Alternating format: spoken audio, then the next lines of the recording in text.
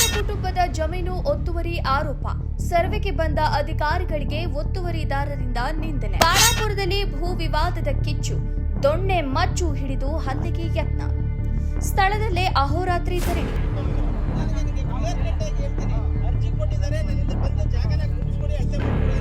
ಶಿರಾ ತಾಲೂಕಿನ ಬಾಳಾಪುರ ಗ್ರಾಮದ survey number 147ರ ಈ ಜಮೀನು ಈಗ ದೊಡ್ಡ ರಣರಂಗವಾಗಿ ಮಾರ್ಪಟ್ಟಿದೆ.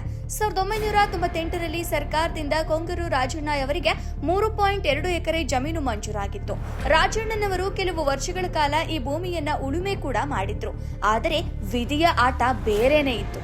ಅನಾರೋಗ್ಯದ ಕಾರಣದಿಂದ ರಾಜಣ್ಣನವರು ಮೃತಪಟ್ಟ ನಂತರ ಅವರ ಪತ್ನಿ ರಾಣಮ್ಮ ಹಾಗೂ ಮಕ್ಕಳು ಅನಿವಾರ್ಯವಾಗಿ ಸಂಬಂಧಿಕರ ಮನೆಯಲ್ಲಿ ಆಶ್ರಯ ಪಡೆಯಬೇಕಾಯಿತು. ಆದರೆ ಇದೇ ಸಮಯವನ್ನ ಕಾಯುತ್ತಿದ್ದ ಬಂಗಾರೇಗೌಡನ ಹಟ್ಟಿಯ ಈರಣ್ಣ ಎಂಬಾತನ ಕುಟುಂಬ ಈ ಜಮೀನಿಗೆ ಅಕ್ರಮವಾಗಿ ನುಗ್ಗಿ ಉಳುಮೆ ಮಾಡಲು ಮುಂದಾಗಿದೆ.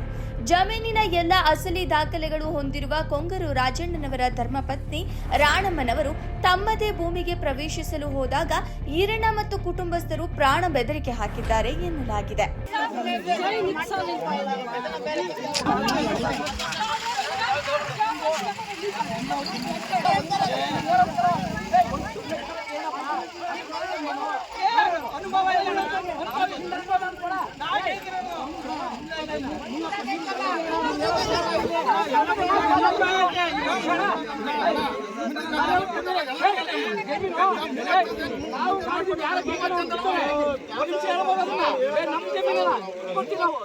ಮಗನಿಗೆ ಕಿಡ್ನಿ ಪ್ರಾಬ್ಲಮ್ ಆಗಿ ಆತ ಆರೋಗ್ಯದ ಬಗ್ಗೆ ಆ ಕಡೆ ಗಮನ ಕೊಟ್ಟಿದ್ದಾರೆ. ಅಂತ ಒಂದು ಸಂದರ್ಭದಲ್ಲಿ ಈರಣ್ಣಗೌಡ ನನಗೆ ಜೊತೆ ಇವನು ಈರಣ್ಣಗೌಡ ಬಂದು ಈ ಜಮೀನಲ್ಲಿ ಅಕ್ರಮವಾಗಿ ತನ್ನ ಕುರಿ ದೊಡ್ಡಿಯನ್ನು ಮಾಡಿಕೊಂಡು ತೊಂದರೆ ಕೊಟ್ಟಿದ್ದಾನೆ. ಹಲವಾರು ಸಾರಿ ಅವ್ರಿಗೆ ಈ ಭೂಮಿಯನ್ನು ತೆರವು ಮಾಡಿ ಅವರಿಗೆ ಅವಕಾಶ ಮಾಡಿಕೊಡಿ ಅವ್ರ ಭೂಮಿನ ಅಂತೇಳಿ ಸಾಕಷ್ಟು ಜನ ಗ್ರಾಮಸ್ಥರು ಸುತ್ತಮುತ್ತ ಎಲ್ಲರೂ ಹೇಳಿದ್ದಾರೆ. ಯಾವ್ರ ಮಾತನ್ನು ಕೇಳದೆ ಉದಾಸೀನ ಮಾಡಿ ಅವ್ರ ಮೇಲೆ ಹೇಳೋಕೋದ್ರ ಮೇಲೇ ದೌರ್ಜನ್ಯ ಮಾಡಿ ತೊಂದರೆ ಕೊಡುವಂಥ ಕೆಲಸ ಮಾಡಿದ್ದಾರೆ. ಈ ಸಂಬಂಧಪಟ್ಟಂತೆ ರಾಣಮ್ಮ ಅವರು ಸಿರಾ ತಹಸೀಲ್ದಾರ್ಗೆ ಮನವಿ ಕೊಟ್ಟಿದ್ದಾರೆ, ನಮ್ಮ ಭೂಮಿಯನ್ನು ಸರ್ವೆ ಮಾಡಿ ನಮಗೆ ಅಡ್ವಸ್ಟ್ ಮಾಡಿಕೊಡಿ ಅಂತೇಳಿ. ಆ ಸಂಬಂಧಪಟ್ಟಂತೆ ಇವತ್ತು ನ್ಯಾಯಕ್ಕಾಗಿ ರಾಣಮ್ಮನವರು ಶಿರಾ ತಾಲೂಕು ದಂಡಾಧಿಕಾರಿಯವರಿಗೆ ಮನವಿ ಸಲ್ಲಿಸಿ ಜಮೀನಿನ ಸರ್ವೆ ಮಾಡಿಸಿಕೊಡುವಂತೆ ಕೋರಿದ್ರು. ಈ ಹಿನ್ನೆಲೆಯಲ್ಲಿ ಶಿರಾ ತಾಲೂಕು ಸರ್ವೆ ಅಧಿಕಾರಿಗಳು ಹಾಗೂ ಬುಕ್ಕಾಪಟ್ಟಣ ಕಂದಾಯ ಪರಿವೀಕ್ಷಕರಾದ ಸಂತೋಷ್ ಕುಮಾರ್ ನೇತೃತ್ವದ ತಂಡ ಸ್ಥಳಕ್ಕೆ ಆಗಮಿಸಿತ್ತು. ಆದರೆ ಅಧಿಕಾರಿಗಳು ಜಮೀನಿಗೆ ಕಾಲಿಡುತ್ತಿದ್ದಂತೆ ಕೆರಳಿದ ಒತ್ತುವರಿದಾರ ಈರಣ್ಣಗೌಡ ಕುಟುಂಬದ ಮಹಿಳೆಯರು ಅಧಿಕಾರಿಗಳನ್ನ ಏಕವಚನದಲ್ಲೇ ಅವಾಚ್ಯ ಶಬ್ದಗಳಿಂದ ನಿಂದಿಸಲು ಆರಂಭಿಸಿದ್ರು.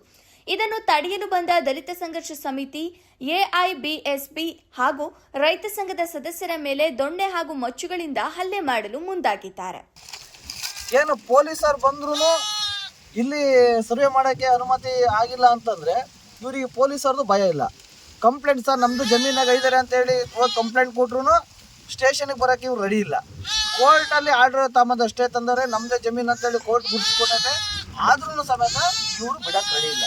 ಅಂದರೆ ಇವ್ರ ಉದ್ದೇಶ ಏನಪ್ಪ ಅಂತಂದರೆ ನೀವು ಯಾರು ಎಲ್ಲನ ಹೋಗ್ಲಿ ಏನಾನ ಮಾಡ್ಕೊಂಡ್ರೆ ನಮ್ಗೆ ಈ ಜಮೀನ ಕಬ್ಜಾ ಮಾಡ್ಕೋಬೇಕು ಅನ್ನೋ ಉದ್ದೇಶ ಈರಣ್ಣಗೌಡ ಅವರು ಟೀಮ್ಗಿದೆ. ಇನ್ನು ಮುಂದುವರೆದು ಹೋದರೆ ಇಲ್ಲಿ 3.5 ಎಕರೆ ಜಮೀನು, ಆ ಕಡೆ ನೋಡಿ ಒಂದು ಸ್ವಲ್ಪ, ಅಲ್ಲಿ 3.5 ಎಕರೆ ಜಮೀನಿಗೆ ಅದು ಕೊಂಡ್ಕೊಂಡ್ರದು ಇವಂದೇ ಬಾಳಾಪುರ ಗೊಲ್ರಟ್ಟಿ ಅಲ್ಲ, ಇವ್ರದಿರೋದು ಎಂಥ ಇದು ಬಂಗಾರಿ ಹಟ್ಟಿ ಅಕ್ಕಪಕ್ಕ ಸರ್ವೆ ನಂಬರಿಗೆ ನಾವು ಯಾರನ್ನ ಅಧಿಕೃತವಾಗಿ ಹೋಗಿ ಅವ್ರಿಗೆ ತೊಂದರೆ ಕೊಟ್ಟಿದ್ರೆ ಅವ್ರಿಗೆ ತೊಂದರೆ ಆಗೋದು. ಅವ್ರು ಬಂದಿಲ್ಲಿ ನಾವು ಮಂದೆ ಮಾಡ್ತೀವಿ, ಏನೋ ಕುರಿ ಮಂದೆ ಬಿಡ್ತೀವಿ ಅಂತ ಹೇಳ್ಬಿಟ್ಟು ಇಲ್ಲಿ ಬಂದು ಸೇರ್ಕೊಂಡು ಈ ಥರ ಎಲ್ಲ ಸೃಷ್ಟಿ ಮಾಡ್ಕೊಂಡು ಮೊನ್ನೆ ಬಂದಾಗ ಈ ಇದೊಂದು ಚಪ್ರ ಹಾಕಿದ್ರು. ಇವತ್ತು ನೋಡಿದ್ರೆ ಸುತ್ತ ಹಾಕೊಂಡೋದ್ರೆ ಅಲ್ವಾ.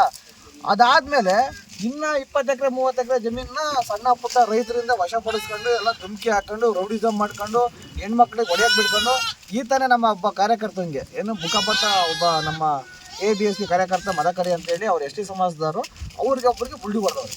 ಇನ್ನೊಬ್ಬ ನಮ್ಮ ಹುಡುಗ ನಮ್ಮ ಕಾರ್ಯಕರ್ತ ಸಣ್ಣಿ ಅಂತ ಹೇಳ್ಬಿಟ್ಟು ಅವನು ನಮ್ಮ ಹುಡುಗ ಅವನಿಗೆ ಕೈ ಕಡ್ದವ್ರೆ, ನನಗೆ ಹೊಡೆದವ್ರೆ, ನನಗೂ ಅವಶ್ಯ ಶಬ್ದಗಳನ್ನ ನಿಲ್ಸಿದ್ದಾರೆ.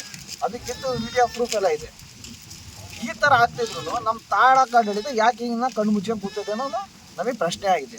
ಸದ್ಯ ಅಧಿಕಾರಿಗಳ ಮೇಲಿನ ನಿಂದನೆ ಹಾಗೂ ಸಾಮಾಜಿಕ ಕಾರ್ಯಕರ್ತರ ಮೇಲಿನ ಹಲ್ಲೆ ಯತ್ನದಿಂದ ಆಕ್ರೋಶಗೊಂಡಿರುವ ರೈತ ಸಂಘ ಹಾಗೂ ದಲಿತ ಸಂಘಟನೆಗಳ ಕಾರ್ಯಕರ್ತರು ಸಂತ್ರಸ್ತೆ ರಾಣಮ್ಮನವರಿಗೆ ನ್ಯಾಯ ಸಿಗಲೇಬೇಕೆಂದು ಒತ್ತಾಯಿಸಿ ಅದೇ ಜಮೀನಿನಲ್ಲಿ ಅಹೋರಾತ್ರಿ ಧರಣಿ ಆರಂಭಿಸಿದ್ದಾರೆ.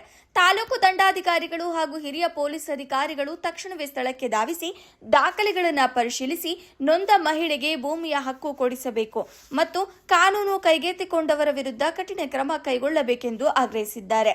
ವರದಿ ಫೈರೋಜ್ ಪಾಷಾ, ಬುಕ್ಕಾಪಟ್ಟಣ. ಜಗಳ ಮಾಡ್ತಿದ್ರು ಅಂತಾನೆ ಅವರು ಹಿಂದಕ್ಕೆ ಹೋಗ್ತಾರೆ ಅಂದ್ರೆ ನಾವೇನಂತ ತಿಳ್ಕೊಬೇಕು? ಕಾನೂನು ವ್ಯವಸ್ಥೆ ಇದೆಯಾ ನಮ್ಮ ತಾಲೂಕಿನಲ್ಲಿ? ಮತ್ತೆ ಇದನ್ನೆಲ್ಲ ಕೇಳೋಂಥ ದಂಡಾಧಿಕಾರಿಗಳು ಏನ್ ಮಾಡ್ತಿದ್ದೀರಾ? ಉಡಾಫೆಯಾಗಿ ಉತ್ತರ ಕೊಡ್ತಾ ಇದ್ದಾರೆ ಅಧಿಕಾರಿಗಳು. ಇದನ್ನ ಮತ್ತೆ ಸರಿಪಡಿಸೋರು ಯಾರು ಇದನ್ನ? ಹಾಗಾಗಿ ಇದೊಂದೇ ಅಲ್ಲ, ಇಡೀ ತಾಲೂಕಿನಲ್ಲಿ ಇಂಥ ಬಹಳಷ್ಟು ಸಮಸ್ಯೆಗಳು ನಮ್ಮ ಕಣ್ಣಿಗೆ ಕಾಣ್ದೇನೆ ಇದಾವೆ, ಹಿಂದೆ ನಮ್ಮ ತೆರೆ ಹಿಂದೆ ಇದಾವೆ. ಇವು ಎಲ್ಲದಕ್ಕೂ ಸಹ ನಮ್ಮ ತಾಲೂಕು ದಂಡಾಧಿಕಾರಿಗಳು ಸರಿಯಾದ ರೀತಿಯಲ್ಲಿ ಕ್ರಮ ಜರುಗಿಸ್ಬೇಕು ಅಂತ ಹೇಳ್ಬಿಟ್ಟು ಒತ್ತಾಯಿಸ್ತಿದ್ದೀವಿ.